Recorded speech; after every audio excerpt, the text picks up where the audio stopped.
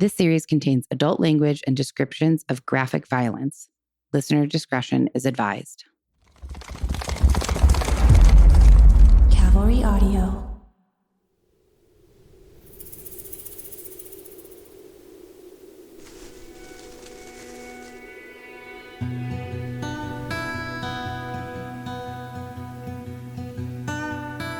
Welcome back to Death by Southwest, the podcast where each week we bring you a different grisly murder story unique to the American Southwest. I am your host, Margot, and I'm here with my sister and co-host, Jenna. And today we have a story for you about the murder of Sherry Black, a 64-year-old mother, grandmother, and beloved small business owner in Salt Lake City, Utah, who was bludgeoned and stabbed to death on November 30th, 2010.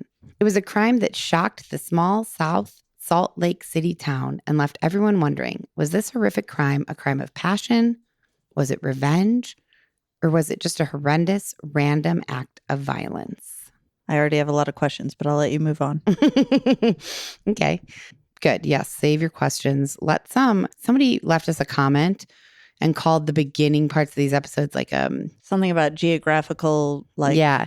They said they love the geography sense of place that we established before getting into it, which I think is a nice way to say that. And I also I'm going to put this in the show notes, but I know that the beginning parts, like this geography sense of place that we established, isn't necessarily for everyone. And we've also had some comments of people not necessarily loving this part. So if you're just here for the story, that's what you want. You don't want to hear any of this like kind of intro banter trivia stuff. The goal for every episode is to always start the story between 12 and 15 minutes. If you're like, I don't want to hear this, I just want to get to the story, you just skip ahead. I like to skip ahead sometimes in different podcasts. Yeah, totally. And if this bores people, which is completely acceptable, please skip ahead and don't miss the story because the stories are pretty good. Mm-hmm. And so that leads me into, I just wanted to say at the top of the episode, thank you to everyone for the reviews that you've been leaving, good and medium. Right, medium reviews. We're open to all of it. We want to hear all the feedback. I think that it's helpful. The good feedback obviously is wonderful and easy to digest. The medium or less than medium feedback is harder to hear, but good to hear too. I think it's a good, kind of keeps you in check. Well, I guess they call it constructive criticism. Right. Which we can, if we think it's valid, which everyone's opinion's valid, but if we think it could help us create a better podcast, then we'll shift in that direction. Totally. Yeah. Totally. So yes, thank you to everyone and Happy New Year. And let's jump into a little geography sense of place. I'm going to start saying that thanks to, the person who left the comment was Bex N. Hen. That was their username on Apple. So thank you. So before we get into 20 things that you might not know about Salt Lake City, I'm just going to give you kind of an overview because I didn't really know anything about Salt Lake City before this episode. Do you? I don't know anything except for, I was going to say something about Utah, but not Salt Lake City specific. Yeah, me either. So Salt Lake City is the headquarters of the Mormon religion. It's also the capital and the most populous city of Utah. It's in the northeast corner of the Salt Lake Valley, surrounded by the Great Salt Lake to the northwest, the steep Wasatch Range to the east, and the Oquirrh Mountains to the west. It's to the very north part of Utah, but kind of right in the middle of Utah, but up at the top. North Central. North Central, there you go. Salt Lake City had a population of about 200,000 in 2020. It has a cold, semi-arid climate, though it borders on a Mediterranean climate and a humid continental climate, as summers are dry and hot and winters are cold and wet, but rarely frigid. Salt Lake City has an area of 110 square miles. The average elevation is 4,300 feet. What's our elevation here in Tucson? Like 1,500, I believe. Oh, okay. 1,200. Got it. So Salt Lake City was founded July 24th, 1847 by early pioneer settlers led by Brigham Young, who was seeking to escape persecution that they had experienced while living further east. The Mormon pioneers, as they would come to be known, entered the valley and immediately began planning and building an extensive irrigation network which could feed the population and foster future growth. That is taken directly from Wikipedia, by the way. This was interesting because Tucson is on a grid system and so is Salt Lake City. Meaning the roads. Yeah, the roads. And I'm the worst with directions. Like I'm absolutely terrible. Tucson to me is very manageable to get around because of the grid system. It's like all the roads, either go north and south or east and west. Super simple. So apparently Salt Lake City is too. Does that have something to do with like how we were raised? Like did mom and dad not teach us directionals? Because we're both pretty bad with directions. Like I rely heavily on Google Maps. Well, I think these days most people do. That's true. It's like people used to know each other's phone numbers. Ugh, I don't know. I know it's 5. Oh, not going to say that on the air. And then the last thing about Salt Lake City is that it has a very strong tourist industry based primarily on skiing, outdoor recreation, and religious tourism. It hosted the 2002 Winter Olympics and is a candidate city for the 2030 Winter Olympics. It's also known for its politically liberal culture, which is a pretty stark contrast to the rest of the state's highly conservative leanings, apparently. All right. Well, that is just kind of a Wikipedia-style overview of Salt Lake City. And now we're going to get into 20 things that you didn't know about Salt Lake City, which is from a website called the Matador Network. As our Apple review friend said, it gives a good sense of the place. It's a little bit interesting. And I also narrowed it down to 10 because I felt like 20 was a lot. I'm going to turn them into questions. See what you think. Do you think that there are more Mormons or non-Mormons in Salt Lake City? Non-Mormons? Yes. So on this website, it says, sorry to crush your vision of what Salt Lake City is supposed to be like, but the Mormon majority is a thing of the past. The non-Mormon population has been on a steady rise for the last decade. And despite the fact that it is the headquarters of the religion, obviously not everyone you'll meet there is going to be Mormon. I imagine a lot of people that live there enjoy the outdoors, the mountains. Utah's beautiful. You've been to Utah, just not Salt Lake City? I haven't. Okay. Or maybe I've been to the Four Corners. I haven't really been, throughout explored. Utah. Yeah. Right. And so I guess drinking in Utah was kind of not a thing for a while. What do you mean? There's a lot of dry counties for a while. I had to look this up. So it says, one of these facts says there are more bars than you think. There's 118 or more bars, which in Salt Lake City, which is kind of a lot. I don't know how many bars are in Tucson. It says, contrary to popular belief, you can buy a drink in Utah. Walk into any of Salt Lake City's 118 bars and you'll see that it's fully equipped to serve you a drink.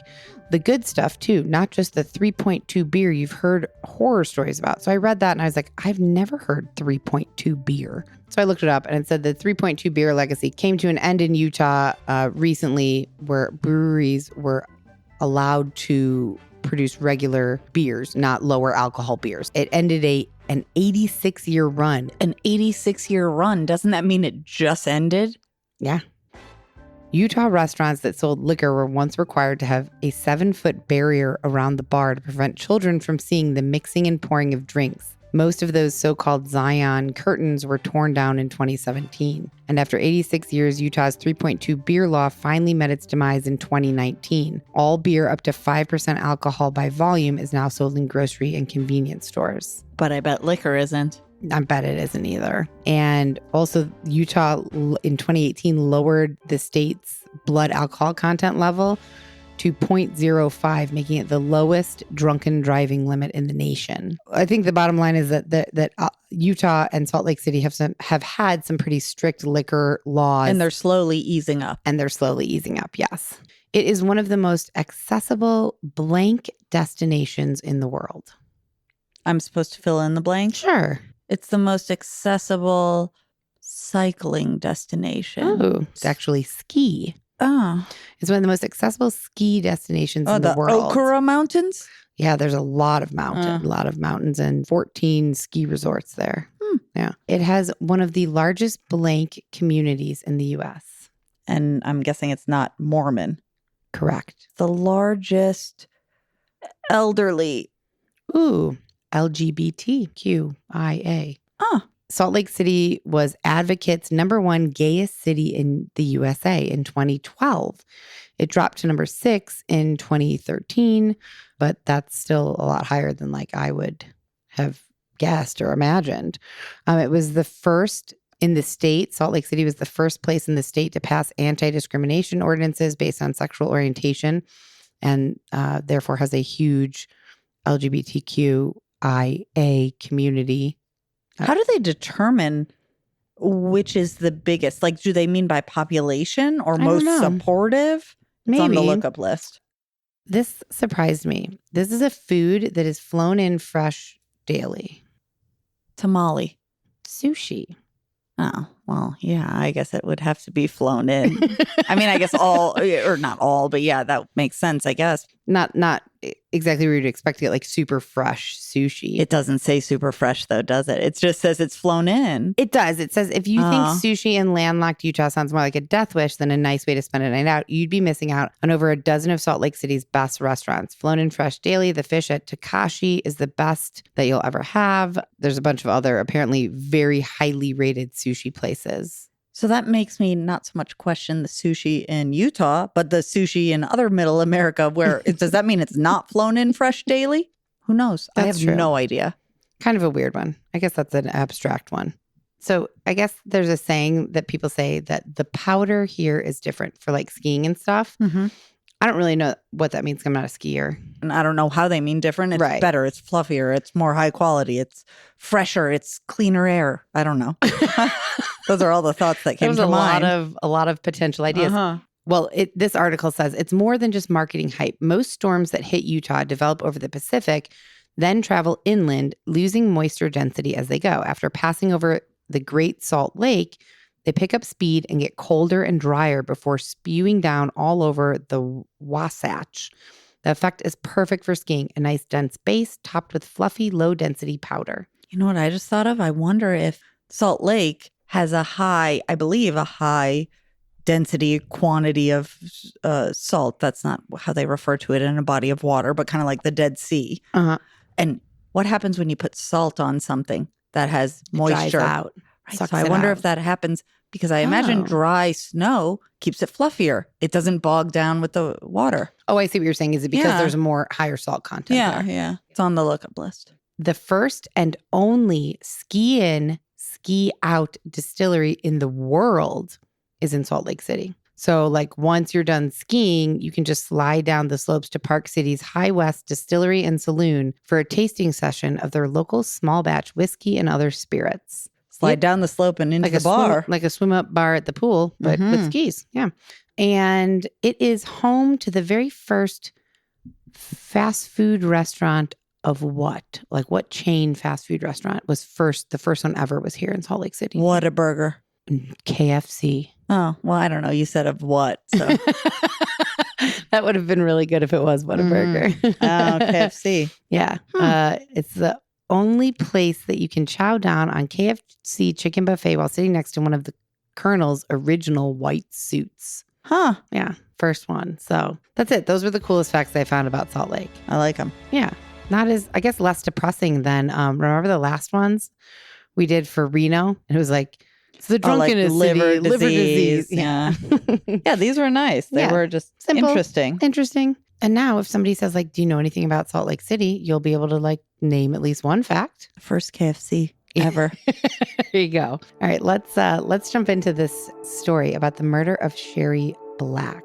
And like I said earlier, she was a 64-year-old grandmother, mother, and beloved small business owner in Salt Lake City, Utah. And she was killed on November 30th, 2010 in a very violent and horrific crime that shocked this South Salt Lake City community. So Sherry was born on October 14th, 1946 in Provo, Utah.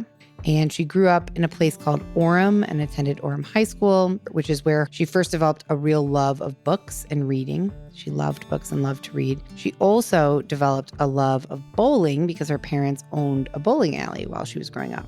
So she joined a bunch of different competitive bowling leagues throughout her childhood and her teens.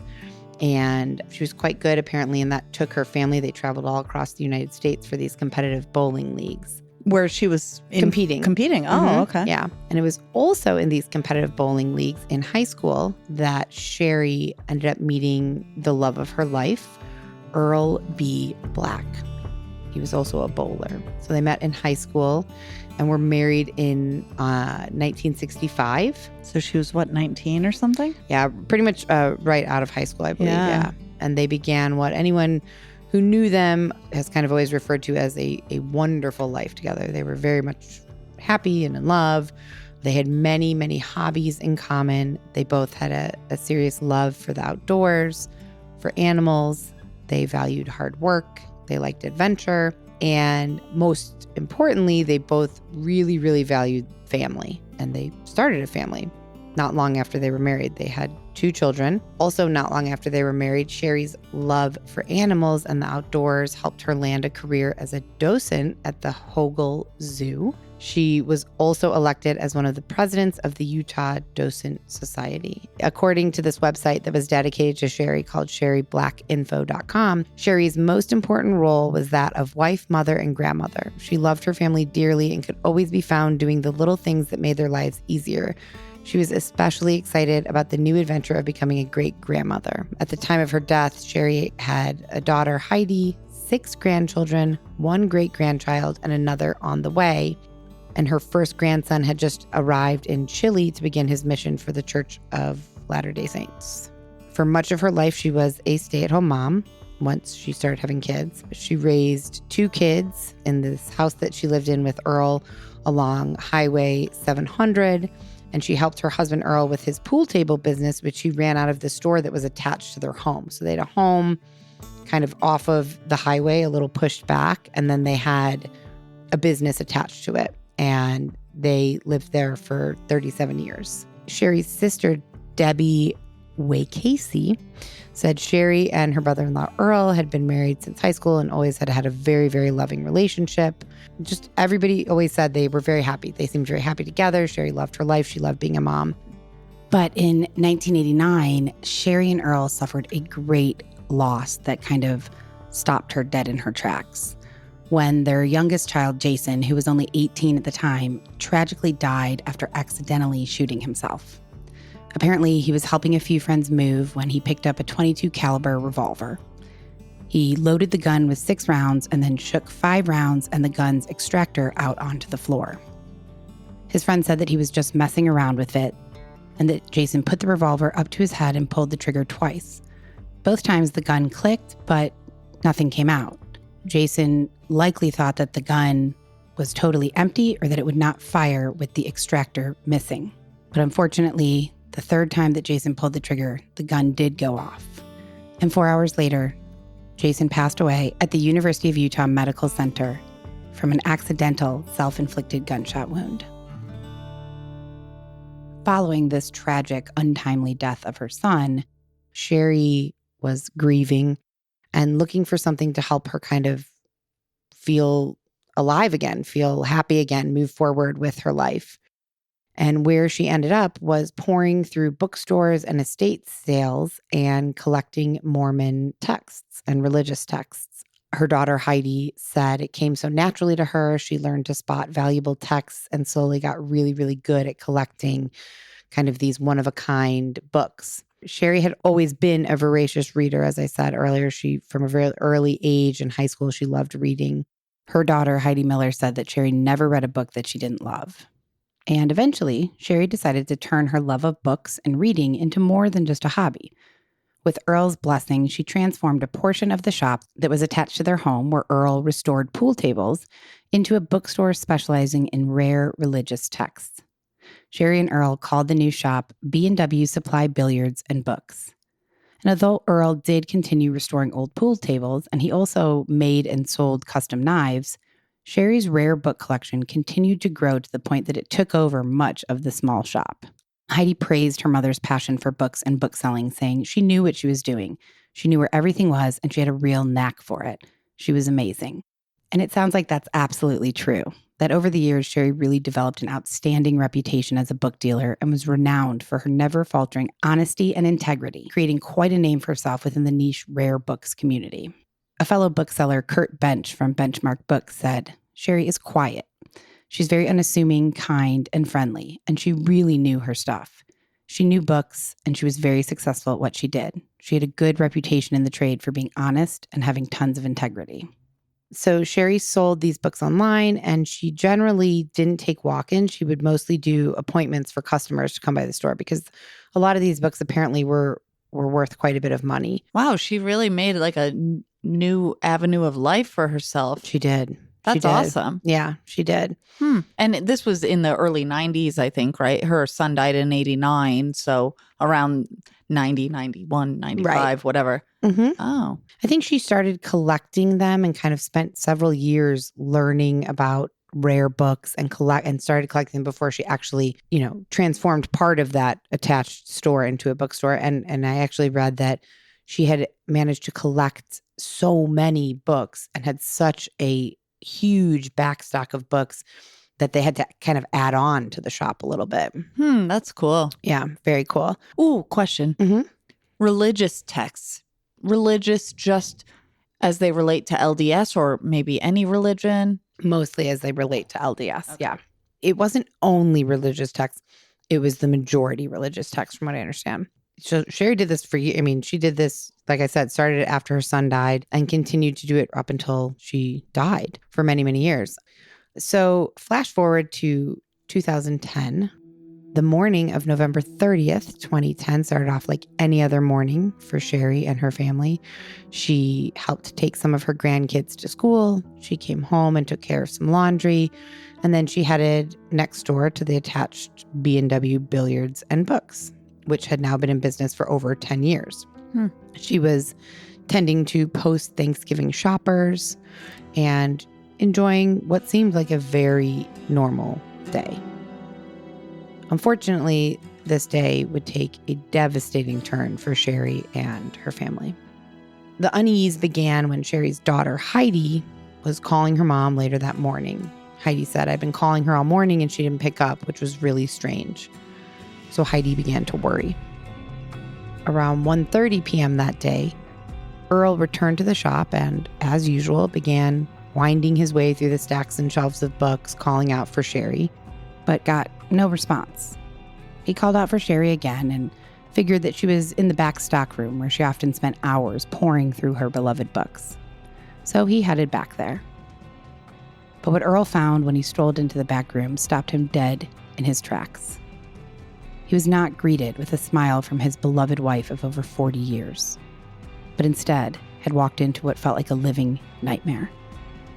Sherry was laying on the floor in a pool of blood, very clearly dead.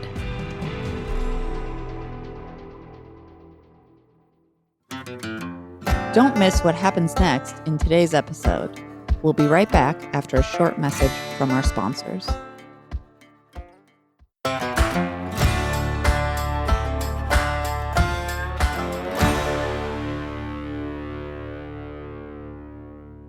What is the address of the emergency? Oh, my wife's been murdered. Is she awake? No, she's dead. Okay, is she breathing at all? No, she's dead. I can't handle this. Oh my God. Mm-hmm. Oh, that's so awful. Yeah. He knew then, like, he probably walked in, saw whatever the awful scene that you just described, and then I have no idea the timeline, but if he just called 911, Yeah. he knew based on the way her body looked, or I would imagine how much blood there was. It was a really brutal scene. And one of the detectives that was first on this case actually spoke about it. I mean, I've been doing this for quite a while, and this was probably one of the most brutal scenes I've seen. She was beaten and stabbed, and it was a violent, brutal scene. Based on the autopsy that was later performed, it appeared that Sherry had put up quite a fight. She had defensive wounds on her body, but sadly, she was no match for her attacker. She had been stabbed at least 20 times, beaten, and her body had been sexually assaulted after she died. Oh, God. Obviously, Sherry's family was devastated by the news of her brutal murder and mourned this loss of their mother, grandmother, wife. To put it lightly. Yeah. And I can't imagine. Yeah. And really the biggest question was who would do such a thing? Because everyone, Sherry had lived there for a very long time. They had a little small business. They were well liked. They were loved by the community. Many people talked about her and remembered her as greeting every person with a smile. She was like very motherly and warm and loving to everyone. So it was just completely shocking. And the question on everyone's mind was, who could have done this? Who would want to hurt this woman who was adored by just about everyone she came in contact with? So there was a couple initial theories. The first was this a crime of passion committed by someone close to her? You know, the first place that most people look is the husband. The level of violence of this crime certainly suggests that it could be a crime of passion. Statistically, stabbing is a pretty intimate way to murder somebody, which sounds like a weird word to use, but it generally points to a crime of passion. So it wasn't Earl. They ruled him out very, very quickly. And because what? Someone accounted for wherever he was at the time of death or something? I believe so, Okay. yeah. And she had a close relationship with her kids, grandkids. She didn't have, from what anybody could tell, there was no extramarital affairs, no lovers, nothing like that. So this theory of a crime of passion, it was quickly kind of let go. So then the next theory was, well, a robbery, because there's a lot of high value books here. Was anything stolen? Before I answer that, I'm going to say that another bookseller, Ken Sanders, owns a store similar to Sherry's. He said that rare Mormon books can be worth an extraordinary amount of money. A nice Book of Mormon is often worth $100,000. Holy moly. A rare Book of Commandments is worth $1 million plus, and people will kill for a heck of a lot less than that, which no kidding. But unfortunately, this theory also quickly fell apart because nothing was taken. Nothing was stolen. Not the jewelry that she was wearing, not the cash from the cash register, no books, nothing. As far as anyone could tell, everything was accounted for. Wow. And then there was one more theory that existed. Revenge. Several years before Sherry's murder, she had unknowingly purchased some rare stolen books from a local gang member named Lauren Nielsen, who was allegedly affiliated with the Insane Clown Posse or the Juggalos gang. Which I'm guessing has nothing to do with the musical group. No. No, I don't think so. Okay. Decent question. Decent question, yes. So according to police reports, unbeknownst to Sherry, she purchased 14 rare stolen LDS books from a gang member, Lauren, who had a history of making violent threats. He sold these books that included a first edition French Book of Mormon signed by John Taylor with a message to Parley P. Pratt, and 13 others to Sherry for $20,000. In reality, they were actually worth around $45,000. So this gang participant member or whatever knowingly sold them, but it sounds like at the time didn't know how authentic, real, were worth a lot of money. He knew they were, but he stole them and he was just trying to sell them. He was trying to get rid of them. So he's selling them for a discount. Sherry did not know that they were stolen. She thought that she was buying, legitimate books from, she didn't know he was a gang member. Sherry's friend, a fellow book dealer, Scott Young, says that Sherry told him about the incident and that she did everything she could to make it right once she learned that the books were stolen. He said, quote, she was mortified that something like this would happen to her. None of us ever want to be in a situation like that. I wonder how she learned or when she learned. I don't know how she learned, but the police report states that she had already sold the French Book of Mormon to another dealer, but she returned the rest of the books to police. She also apparently helped police prosecute Lauren Nielsen, who was arrested and charged with stealing books from his father, a polygamous church president, in February of 2009. Detective Sutera said she was cooperative with law enforcement in prosecuting this individual. So it wasn't, you don't have to answer this, obviously. It wasn't the guy that sold, like the middleman, essentially, that sold her the book, I don't think, because it sounds like he got arrested. He got arrested. I don't know how long he was in jail for, but, she was murdered in 2010. Right. He was arrested in 2009. But revenge seemed like if he's in a gang, his fellow gang members or other people that he's associated with could potentially want revenge for her helping to get him prosecuted. Sure. Okay. Yeah. No, thank you for saying that. But I also was thinking whoever he initially stole whatever the books from. His father. His daddy. His dad. Totally. Yeah, any of those. So these were all possible leads and seemed very promising. But according to Detective Sutera, Nielsen was thoroughly investigated, and it was determined that him or any of his associates were not suspects in this. Okay, so that's all for naught. That's nothing. All for naught. Oh. So all of these theories, the crime of passion, robbery, revenge, these were all things that the police were kind of like pulling at first. But they, as I said, they all quickly fell apart upon further investigation, which left the police and Sherry's family and friends with far more questions than answers. They were all just at a loss. Sherry's brother, Jim Y. Casey, said he was unaware of anyone who would want to kill his sister. He described her as likable, a grandmother who was very involved with her family. He said her business was mostly selling books online, and he never heard her talk about troublesome business or personal relationships outside of this, stolen books incident. Obviously. So she did share with her loved ones or close confidants about this challenging buy-sell situation. Mm-hmm. Now, maybe it was someone who not involved with the middleman insane clown posse gang member or his dad, but maybe someone who knew that she still had in her possession one of these books, perhaps? But she didn't. She handed them all over. All over. Okay. Yep. Go on. The entire neighborhood basically was just couldn't understand. Like, why? Who? How? Nobody had any.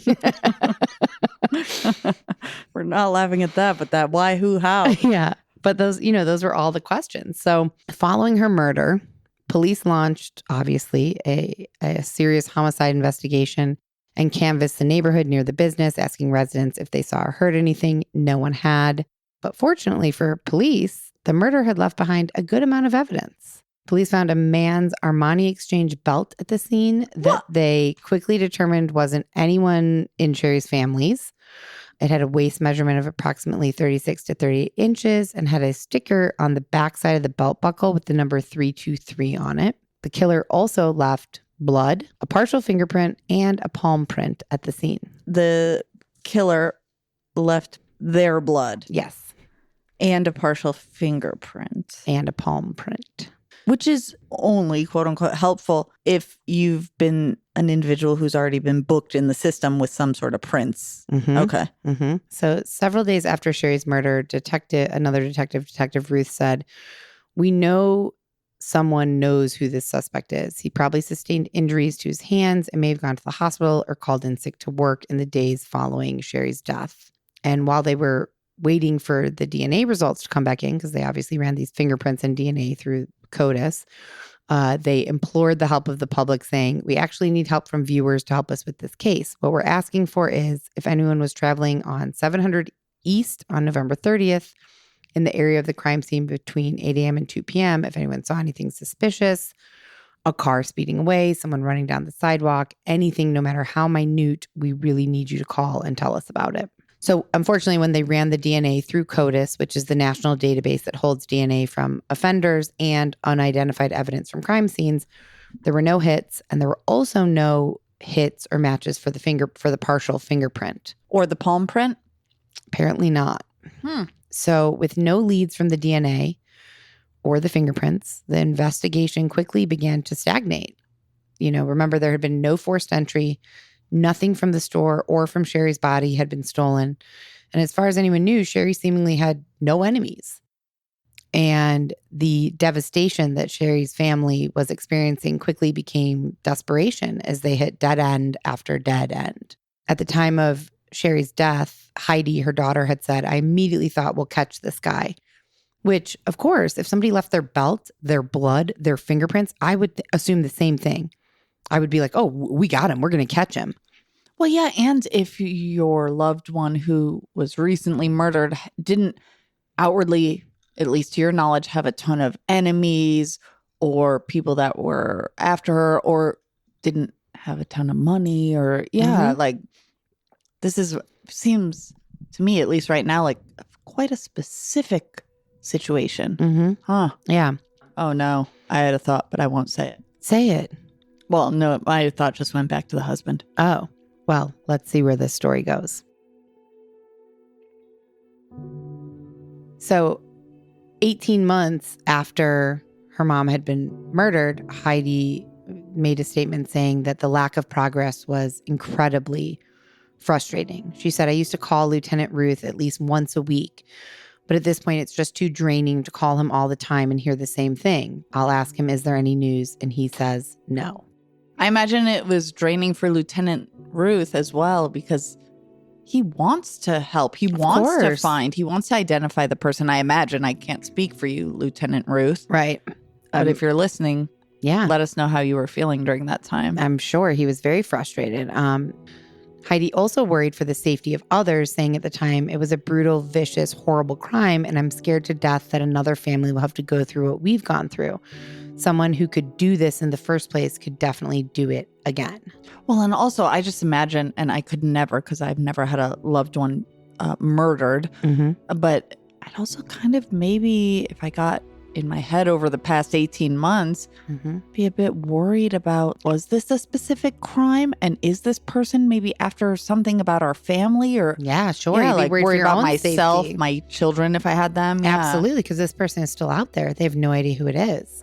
And, you know, just to add insult to injury, Earl, Sherry's husband, not only had to bury his wife, but he had to kind of break down the quirky little store that she had loved so much.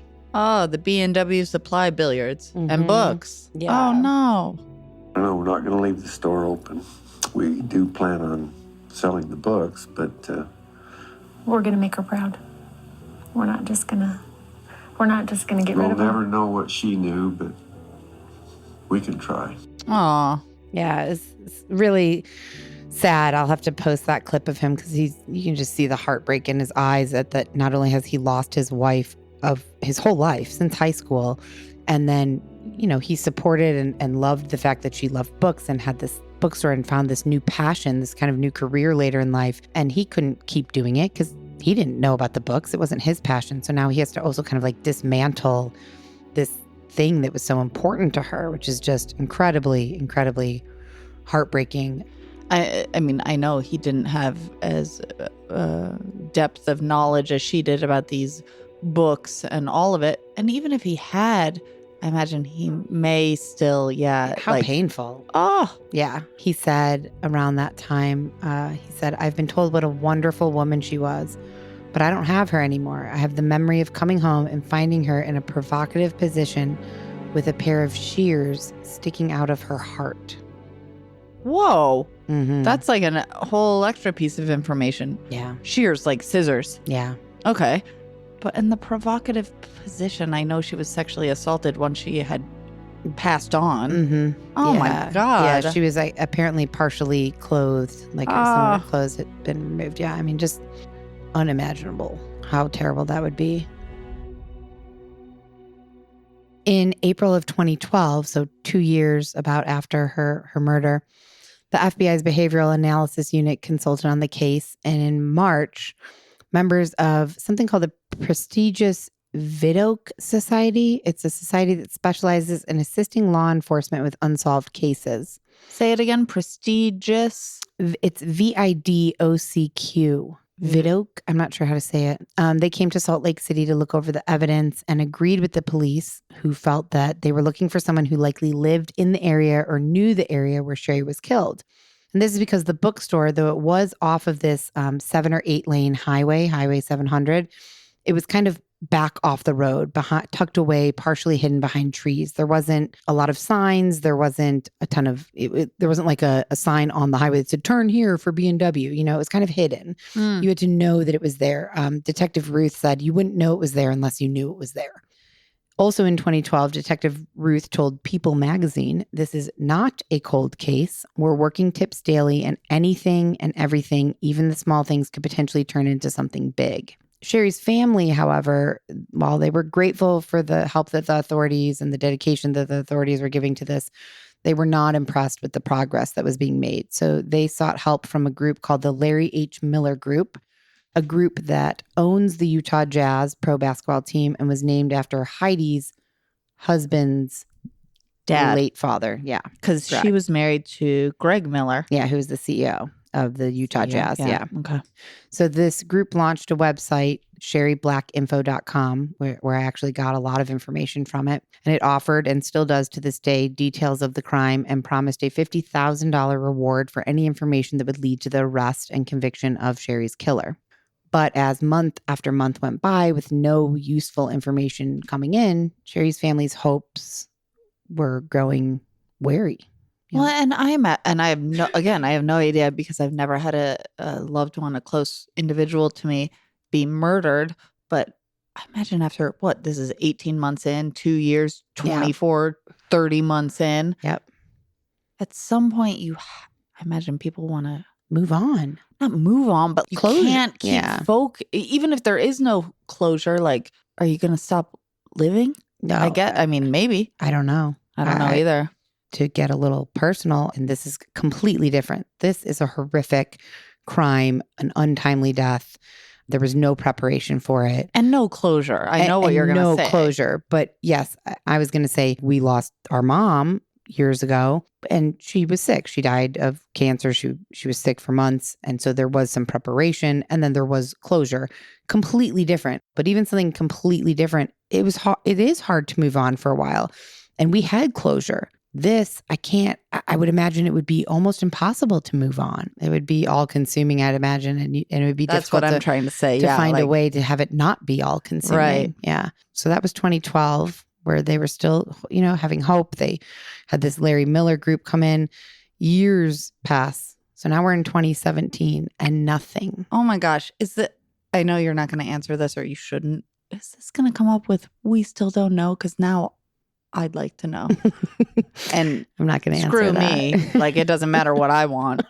So in 2017, 7 years after Sherry's murder, there was potentially a small glimmer of hope. South Salt Lake City Police Chief Jack Carruth explained that advanced DNA information had helped authorities determine what Sherry's murder may have looked like. So in 2017, 2018, around that time, a new DNA technology came out called phenotyping. And phenotyping is a process used to predict, quote, an organism's phenotype using only genetic information collected from genotyping or DNA sequencing. Yes, I know that is a wordy sentence that made very little sense to me. So kind of in layman's terms, phenotyping is used to predict a person's physical appearance and ancestry using genetic codes from their DNA. Based on that information, researchers can predict skin color, hair color, eye color, and a basic facial structure using percentages. So Sherry's case was the first time that phenotyping had ever been used in Utah. And South Salt Lake City Police spokesman at the time, Gary Kelly, he said it's becoming the industry standard. They use it a lot for found human remains. So a place called Parabon Nanolabs took the DNA found at the scene of Sherry's murder and created images of what the man may have looked like based on genetic code that dictates physical traits such as face shape, eye, skin, and hair color. Does this have anything to do, and I know you probably in what you just said, which I was listening, but I also was thinking, gosh, is this some of that 23andMe stuff? Oh, yes, it is. Okay, thank you. Yep, I'm going to get there. And you mentioned this in the last episode. And I did? Yeah. 23andMe? Mm-hmm. Because I'm opposed to it. I'm not opposed to it. That sounds wrong because I'm really glad if it helps people find, people who inflicted harm or killed their loved ones. Or if it helps them find long lost family members that they're looking for, things like that, biological family members that they never knew they had. Yeah, I guess it's the private aspect of me that comes out and says like, ooh. Yeah, sure. Well, I didn't realize that. So if you give your DNA to Ancestry or 23andMe, I was unaware of how it could be used. And that's what I'm going to tell you. Briefly, we're going to get into it more on the lookup list for this episode. So this Parabon Nanolabs determined that the potential suspect's heritage was 46% Western Africa and 34% European. They claimed that he was had light brown to brown skin and black hair. Because they couldn't identify his age from the DNA, they created images of what he may have looked like at age 25, 38, and 52. And I have those images, so I will post them. It's super interesting. It's important to note that the DNA evidence used to generate these images, it doesn't account for weight, hairstyle, or other environmental factors. Tattoos. Right. The authorities stress that these DNA-based reconstructions are scientific approximations at best and will only be used as a guide in the investigation. They created these likenesses of what the killer might look like, released them to the public, put them everywhere that they could, and still nothing. You don't want to miss what happens next in today's murder story, so don't go anywhere. We'll be right back after a short message from our sponsors.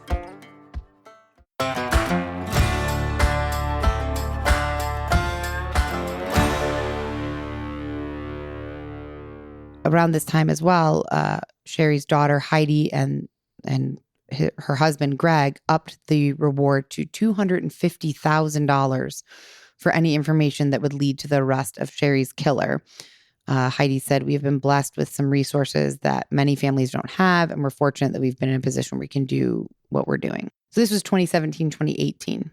By 2020, nearly 10 years had gone by with no suspects, no persons of interest named in the case. But things were finally about to change for this investigation and Sherry's family in a very big way. I still have no idea. All I got down is this individual could be from West African descent / Southern European is what you said? Just European, yeah. Oh, West African and European. Okay. Yep. In October of 2020, police finally had a suspect based on the images that DNA had created. While these images didn't provide a perfect likeness, they did enable investigators to compare it with DNA supplied to firms that test DNA to trace your ancestry, like Ancestry.com. It cannot necessarily 100% positively identify you or your relatives, but it can locate likely matches to a person's relatives. And even though it took some time, some articles claim that this is how police were eventually able to come up with a suspect from the DNA likeness and the DNA on sites like Ancestry and 23andMe. I will be completely honest here. I read so much about this and I poured through articles about this, about how they found this suspect. And there is some gray area. Some sources say that they have this likeness. They're pouring through, people who've been arrested, people who've been in trouble, people who live in the area, pictures on Ancestry and on 23andMe. And they have this likeness and they said, "Oh, here's a picture of this. This is him." And then they surveilled him and they saw him throw away a cup or something and took the cup and took his DNA and then matched it to the DNA found at the scene and then arrested him. Several sources say this is how they caught him. Other sources say that they brought him in for questioning based on his likeness, this DNA likeness, brought him in for questioning and then took his DNA from something he touched or a cup that he drank from in the police interrogation room and then matched it.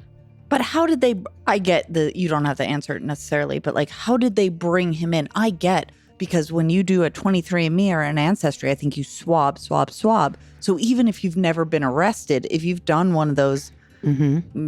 Or your family members. Let's say I do 23andMe. Right. My DNA to some extent is in the system. Yes. And also, how do they bring me in initially? If for 10 years they had no suspects, I guess they have composite. The composite, and that's a great word. And then they have my DNA, so right, they know that take everyone that matches some DNA to you. Yes, exactly. Okay. So they named this suspect Adam Antonio Durburo. On Fox 13 Now, there was an article where Chief Carruth says that information from the DNA phenotype was uploaded to several genealogy websites, including Ancestry.com, which helped the police focus on Durburo, on Adam. In 2020, investigators say they secretly collected DNA Durburo left in a public place. After testing it and finding that his DNA matched the DNA left on Sherry, they then were able to arrest and formally charge him. Other sources say that the authorities did not have his DNA when he was brought in as a suspect, but then collected a sample when he was in their custody. Either way. By offering him a coffee or a tea? Yes. Either way, Adam Durburo's DNA was collected and submitted to the Utah Bureau of Forensic services on October 7th, 2020. On October 8th, 2020, his DNA was a match to the DNA collected from Sherry's bookstore and the blood, all of that from the crime scene. And after the results came in, Adam was taken into custody 2 days later, where he confessed to the homicide, according to police affidavit. Charging documents show that he offered no motive. And then he was held without bail in the Salt Lake County Jail. At the time of his arrest, on October 10th, 2020, he was 29 years old, making him only 19 at the time of Sherry's death. Still hasn't given a motive? Well, we'll find out. Let's learn a little bit about Adam Durborough. Who is he? So according to sources, he was a troubled person with a difficult past, though nothing that necessarily supported or explained committing a crime of such an incredibly violent nature. I mean, stabbed 20 times, sexually assaulted post-mortem, like bludgeoned. Yeah, I mean, very incredibly violent. He had run into some legal trouble. He was charged with shoplifting 2 separate times, but other than that, his record was pretty clean. Some people said that he occasionally posted questionable things on social media, but nothing terribly violent, except for a post that he shared about killing people on the 2-year anniversary of Sherry's death. It showed a cartoon character holding a blood-stained saw, along with the caption, "Don't upset me, I'm running out of places to hide the bodies." So this article said, like, nothing terribly violent. And then I read that and I was like, that's terribly violent. That is terribly violent. It also could be incredibly obscure. People post things Just on social media all the time that have shit. No, they hold no weight. Still weird. Well, now that we know, in hindsight. Yeah. Part of the reason that police had such a difficult time identifying him is because he was adopted. So his stepmother, he was adopted by a man named Joseph Durborough, and that man married another woman, I guess, Neither were biological, and then right. The original adopter had a newer wife. Right. So his stepmother adopted or fostered 12 children, and his real mother was actually believed to live just a mile from Sherry's bookstore. His adoptive father spent several years in prison for trafficking in child pornography. Joseph Durborough came to Utah from New Jersey in the early 80s.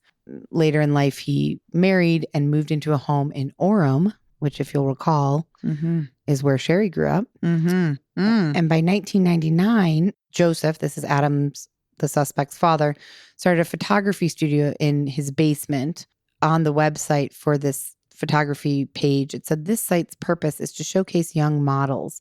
All of our models are under the age of 14, and we have contracted both male and female models. We have a particularly good selection of ethnic models to work with." One of those first ethnic models that he referred to in his kind of mission statement on his website was one of his own foster children, which was strange. And so word kind of got around town in Orem about how this maybe was not totally kosher. And when word reached the Orem police, child sex crimes became concerned that something more sinister might be going on beneath the surface of this like home child photography studio. Now, they were aware of this back in like 99, 2000, or that did, So in 2002, the U.S. District Court in Eastern California unsealed an indictment against 15 people, accusing them of conspiring to create and share images of child pornography. And it was the result of a 10-month investigation. One of the people in this previously sealed and now unsealed indictment had an email address and username that tracked back to Joseph Durborough. Dad of Adam. So they served a search warrant, searched his home, and arrested him. And he went to prison for a while. And how old was Adam? Was still a teenager. Yeah. So after his adoptive father's arrest, Adam had some trouble as a teen and ended up in juvenile detention in Salt Lake City. Juvenile court records are sealed, so it's not currently evident what he was in there for. I did find one website that speculated that had something. I hate to say it because it is complete speculation. If these records are sealed, I'm not sure how this news website would have known, but said that there was speculation that had to do with some type of rape. So he was about 15 then. He completed his junior and senior years of high school in the juvenile justice system. And about a month and a half after Sherry was killed, Adam was arrested for theft and had a sentence of 180 days in jail. He was released from jail that fall, but missed a scheduled court date. And they issued a warrant for his arrest. And at that time, it was his address was listed at a place that the police believed was his biological mother's apartment. So he had somehow reconnected with her and was living with her. Now, I was telling Mark about this story earlier, and he said, well, if he was arrested for shoplifting, they would have had his fingerprints. So why didn't they match his fingerprints to the partial fingerprint? Well, I don't know. Oh, that's okay. So if he was arrested as an adult, a legal adult. In 2011. So he was 19. It was about a month and a half after Sherry was murdered. And he was arrested. They obviously fingerprinted him if he spent 180 days in jail. And Mark was like, well, why didn't they match those fingerprints? And you know what? As I was researching this, full transparency, I didn't even think of that. And he's totally right. Why wouldn't they have maybe the partial just didn't match? Like it didn't ding? Or is it that, I know, they ran his fingerprints, they ran the partial right after she was murdered, like immediately. He hadn't been arrested yet. He didn't get arrested for theft until a month and a half after her murder. Oh, well, there you go. That's the answer. So they're not rerunning the fingerprints all the time. No, yeah. So that's a little bit of background on Adam, which I feel like we talked about this in the last episode, that a troubled past does not excuse a horrific act of violence or murder or rape or really anything. Well, nothing. To me, nothing excuses any of that. Sure. So on October 4th, these are the most recent updates. On October 4th, 2021, Adam pleaded guilty in the 3rd District Court to aggravated murder, a first-degree felony, and no plea deals were made. The Salt Lake County District Attorney said, with today's plea of guilty, we were one step closer to bringing a measure of justice for Sherry Black and her family. And when asked kind of like, how did you find this suspect? The DA said, we were able to develop a DNA profile that then belonged to an unknown male. And then there was good police work that eventually led to the identification of the suspect. There is a little bit of fuzziness though, like I said before, about like how exactly, yes, the genealogy websites, yes, the DNA composite that they made, but there was no kind of straight line that I could see. What still was the connection? Why her? We don't know. Oh, I know. Well, when you were just sharing what you just said, my mind went to, they should thank 23andMe or Ancestry.com. It sounds like that was the missing large link. Missing chain link Yep. that helped them. And I've heard that a lot of unsolved things are being solved more from that. Conclusive now. So since Adam pled guilty to aggravated murder, there were only 2 sentencing options: life without the possibility of parole and 25 years to life. So on February 23rd, 2022, Adam received his sentence. He was given an opportunity to apologize prior to his sentencing, which he chose not to. His attorney did offer a brief statement that included saying that Adam was a troubled 19-year-old at the time and that he was sorry. During his sentencing, many of Sherry's grandchildren told the judge just how their lives were changed by Adam and how Sherry's death impacted them. All the grandchildren apparently grew up right next door to Sherry and were very close with her. They all asked for the sentence to be life in prison without the possibility of parole, explaining that they did not want to worry about where the man who murdered their grandmother was any longer. Yeah, because 25 to life means after 25, he could have gotten out. And some of those grandchildren or great-grandchildren would be very alive and well and mid-age. Yep. So Judge Randall Scanchi gave Adam a life sentence with no chance of parole. Though when he delivered the sentence, he said he did so with a heavy heart. He noted that the sentence was straightforward because the actions were egregious and spontaneous. The judge also said that he feels extreme sorrow for those on both sides of the courtroom. He addressed the court talking about the family who lost someone who gave meaning to their lives, and the man without a supportive family who at 19 did an unspeakable act with no premeditation, which caused that loss. He said, it defies explanation, and I understand that, but the great treasure of a life that Sherry Black provided to each of you is a great treasure that Mr. DeBurrow didn't have, and that sorrows me as well. What an insightful judge. What a reasonable individual. Yeah, that's what I think. It's sad. It's all sad. It's all sad. And I think that's by what the judge what you reiterated. Well. Yeah. After the sentencing, Sherry's family gathered before the media, said they were pleased with the sentencing. Heidi said, this is the dawn of a new day. We're going to put him behind us and we're going to do good things and remember her. One granddaughter said, we chose to not let evil win. We promised ourselves and our grandma that evil would not win. My grandma's body was robbed that day, but her goodness, her gentle strength, and her desire to do good was ignited in all of us who loved her so deeply. And that light will never be dimmed. So closure, but to me, it's like closure as in we have an individual who was convicted of doing this awful, terrible, heinous act. Yeah. And also, we have no idea who this person is. We have no idea why. And maybe there is no why. I think a lot of times in life, there is no why. People just do terrible things. It's closure without being closure to me. I'm a big, I need to know why person. I mean, in everything, but certainly I would imagine in this, why. I would want to hear from him why, even if it was, I don't know. I had a mental break. I am just a terrible person. And he said none of that. He didn't even offer anything. Nothing. So as with every episode and every story we tell, our thoughts and hearts go out to the family. And we got a lot to look up in this episode. Lot to look up list. Yeah, we sure do. That will be an interesting one. Thank you so much for listening. We have loved, like I said, at the beginning, hearing your reviews. Please leave us a review. We want to hear your thoughts. And that's it. Thank you so much. We will see you next week. Good night and good luck. Bye, guys. Bye-bye. And if you want to see pictures of the victims, the murderers, and any additional related images, head over to our Instagram right now. Our handle across all social media platforms is death, then the letter X, and then Southwest spelled out. So DEATHX SOUTHWEST.